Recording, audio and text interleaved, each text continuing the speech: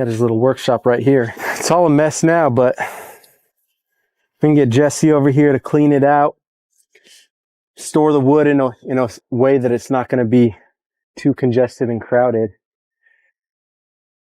We can start to organize, put wood and materials in one side, put chandeliers and other stuff that we want to store in the other.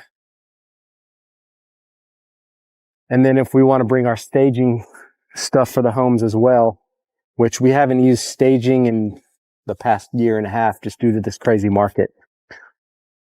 But you can definitely tell this guy was a collector of things, right? There's a lot of junk on site.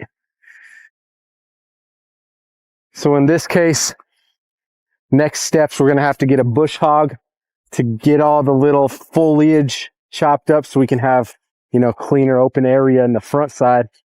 And then call one of the scrap metal guys. They'd be more than happy to pull up a trailer and they would have a free-for-all out here with all the metal and stuff on site.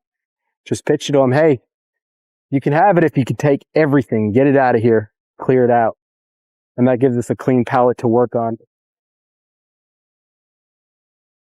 We'll take a trip down to the last side of the compound where we have the little overhang and storage area for vehicles, boats, RVs, and all that fun stuff. Another side of the property that we got electrical run as well. Fancy that, guy being an electrician, like to have power and utilities to every side of the property that he was working. A lot of this stuff we'll have to scrap as well, get it out of here. But once we can open this up, it'd be a great spot to park campers, boats, jet skis, and all that fun stuff.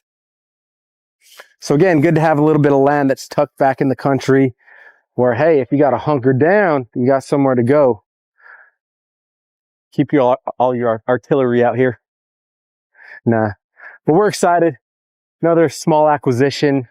Bought a compound for $18,000. Can't go wrong with that at the end of the day. Excited to get out here.